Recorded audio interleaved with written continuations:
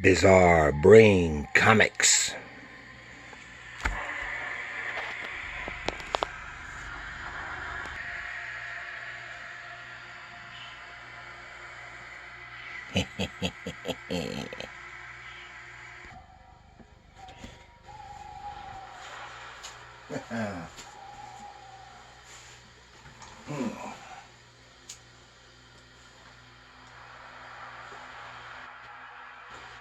Gary here for Bizarre Brain Comics.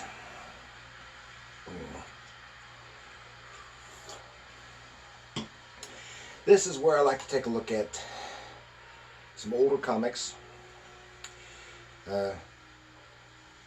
talk about the characters and creators, and then examine the stories and the art. And they're usually just comic books. This time, I want to take a look at this. This is actually a graphic novel. It's a compilation of 4 issues, and it's the most recent thing I've done. This particular one was published in 2021, so it's brand spanking new, and it's not even my copy. I happen to have gotten it from the library on a whim, and I enjoyed it. So I would do a little review of it. And this book is called Specter and Specters.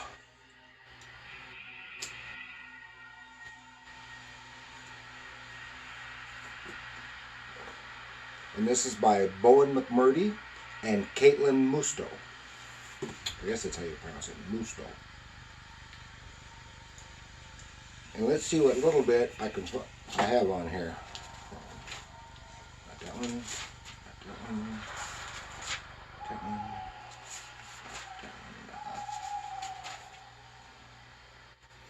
Here we are. Specter and Specters, young adult graphic novel from a comic book series. And just the other day when I was in the comic shop, it's the first time I had actually seen the comic of it. It was after this. This is, of course, from Bowen McCurdy and Kailtyn Musto from Boombox. This is a publisher, which is, I guess, an imprint of Boom Publications. And I cannot find much. These creators are so young, I can't find much on them. Bowen McCurdy, and apparently she is known as Bones. She's a young female cartoonist, apparently 24 years old, she has worked for Marvel and IDW. And that's about all I can find on her. And then the other young lady is even less, Kailtyn Musto. She's a 25-year-old cartoonist. And that's about all I can find on her, too.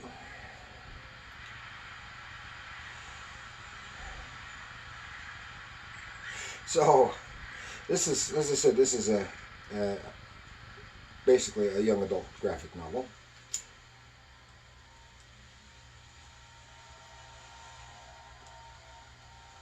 And it's fun reading. I'm not going to go through it quite the same way I do my regular comics. So, let's go take a little look at this fun little book called Specter and Specters.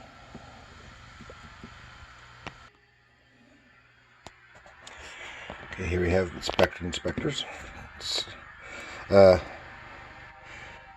This is smaller than, it's a trade paperback, and it's standard trade paperback size, but it is smaller in dimensions than a regular comic or graphic novel. Is square bound, and as I said, has 5. I think I said 4, but it's 5 issues from the book for this entire story here, and there is no actual story title given, so I'm assuming this is just the introduction of Specter and Specters. And it says, yeah, it's from 2021, and the Specter and Specters are a group of a young group of ghost hunters with a web show. And they're assembled and led by Noah, young lady. She's with her teen brother and friends who are involved in production of the show. And in this story, they're visiting the town of Cape Grace to investigate the high number of hauntings and the mystery of missing people going back a century. And this is queer friendly with the two main characters, Noah and Astrid. They have unspoken crushes on each other, and they met in college. So all three of the adult Specter inspectors are just recently out of college. And then the younger one is the teenage brother of the leader, Noah. And he's just kind of along for the ride to help out like a production assistant. And you can get a little example of the artwork here. It's the artwork is fine. I have no problem with it. It is somewhat cartoonish, which makes it, even though it has some what would be scary moments in the story, just the art style itself makes it a little more friendly, more kid friendly. See what's on the back? Just some blurbs. And hey, let's take a little closer look into it. Okay, here we have the Specter inspectors, and they starts off right at the beginning, them arriving in town of Cape Grace, and they've got plans at the motel. The introduction of the characters is here. Doing some reviewing of previous episode, or getting some footage of them arriving because I guess they do one haunting or one location for a season, and they'd already had a first season.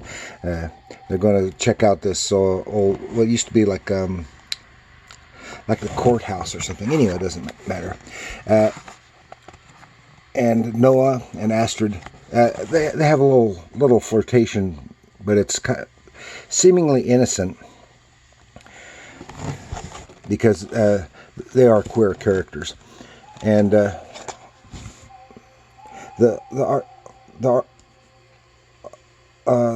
artistic style is very simplified, as you can see. Nicely done, nice clean lines. Looks like it's got some manga influence in it, but it's clean and nicely done, kind of like Archie, but not an Archie style. Here the characters are up there in the bell tower of the old building that they're investigating, and Astrid admits that the one little spooky event that they got in their first season, said she had faked it, and so they have an argument here. They're not over that, and then suddenly Astrid, something happens, and she kind of faints and passes out, and they get her back to to their motel, see what's wrong. And there for like 2 days with Astrid stuck in a room. Noah goes to check on her, and there she is. She's like on the wall, stuck up in the corner of the ceiling here. And the discovery. Yeah, that's not creepy at all. And they're going to decide. Oh, I forgot to mention that Astrid is a sensitive. She's kind of spookily sensitive to stuff. Apparently, she senses things, and they take her out to the car, and they're going because they think she's being possessed by a demon. They try holy water and a cross on her, and what they do is enough to creep anybody out. They decide they're going to leave, to get her to some exorcist. There's no one there in this small town who can do this stuff, and they're trying to get away. And there's something magical here that won't let Astrid leave. They keep they pass the you're now leaving Cape Grace sign like 3 or 4 times. And then here, the demon reveals itself. You won't be leaving. So it's kind of creepy. She changes the way they change it, both the dialogue balloons and her appearance. When the demon takes over, she's back and forth between Astrid and this demon, and the demon apparently has been here, doesn't remember anything, but Astrid was available, more open, and the demon just jumped in her and kind of took over. But here she is. So they're continuing on with the stuff, that trying to figure out what to do with Astrid, but they're continuing to investigate, and there's stuff finding out the history of this place is what's going to help them deal with this demon. Here at this library, there's a ghost, and the ghost, it spooks them out, but she reveals some necessary information, and then we have a flashback to her father, who was the librarian about 100 years ago. And when something with the mayor, who was doing some naughty things and in naughty ways, and the place burned down because he was doing naughty things with restricted books on spooky stuff, supernatural things. It's basically sorcery, necromancy. And they keep their dreams involved. I'm not going to try to go through the whole thing page by page. Then they see another spook here at another location, and it's I think it's the dead librarian. I think that's who that is, if I remember. And it gives them a lead on something else, which takes them out to some old well. Meanwhile, they're being kind of abducted by these creepy looking masked and hooded people. It says the demon possessing this girl has been our business for almost 100 years. So they're a like a secret society who are supposed to be guarding and dealing with this demon. And the demon comes out. Is helping them to get away from these guys.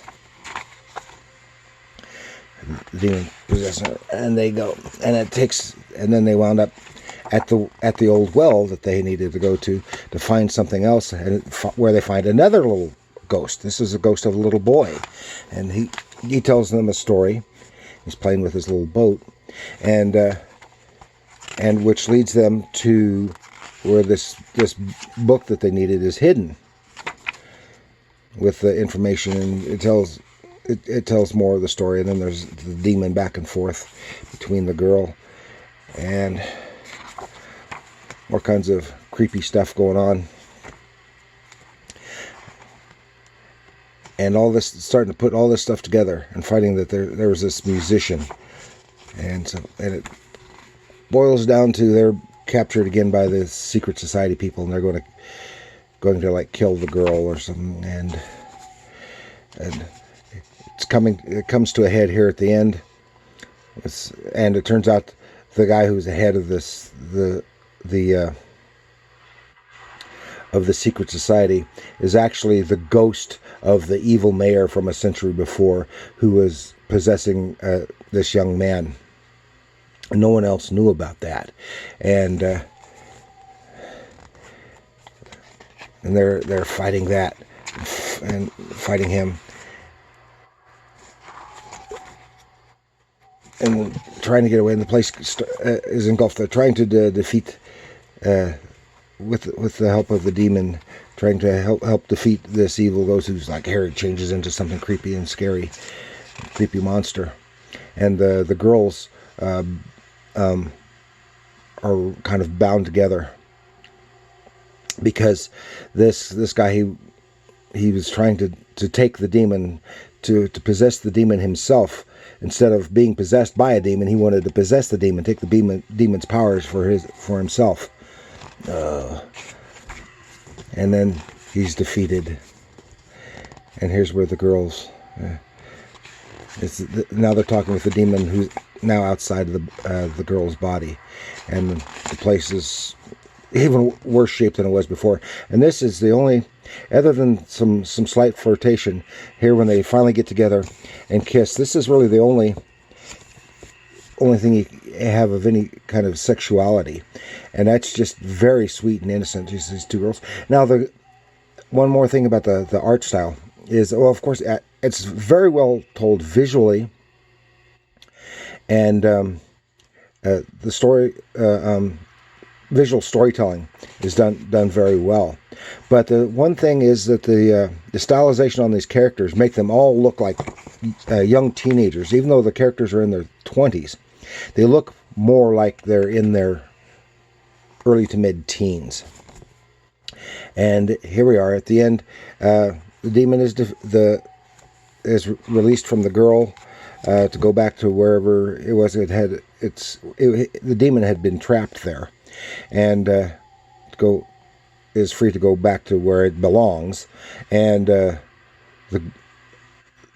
whole group is fine. They've got some good episodes for their show, and all's well that ends well. And it's just it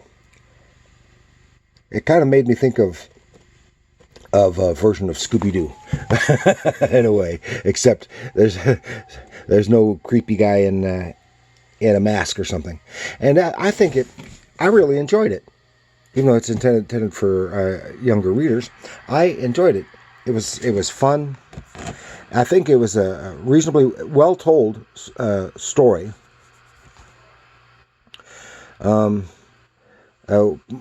What might have been a little nice to have a little more background. You get a little bit of background in the dialogue of these characters, but you don't know a whole lot. And of course, the two girls here are the ones that you get the most character development in. But with later stories, the other characters may develop more. Also, I don't know. So I have to congratulate these two young ladies. I mean, they're so young. I have T-shirts older than these girls, but they did a good job, and I can recommend it. It's for some fun. It's not really spooky. It's not really dark librarian spooky. It's not intended to be a horror. It's just something kind of spooky and creepy. And as I said, the stuff that would be scary and spooky really might be really frightening at the end here. This is softened by the stylization of the art, or that is still kind of creepy. But it's softened so that it can be. I don't even think it's as scary as some of the R.L. Stine's Goosebumps. What little bit of those I've read. So, I hope you enjoyed that. It's worth checking out. Checking out from the library. Thank you for joining me. Please like, share, subscribe. And, yeah, share with... this is something that you can easily share with kids.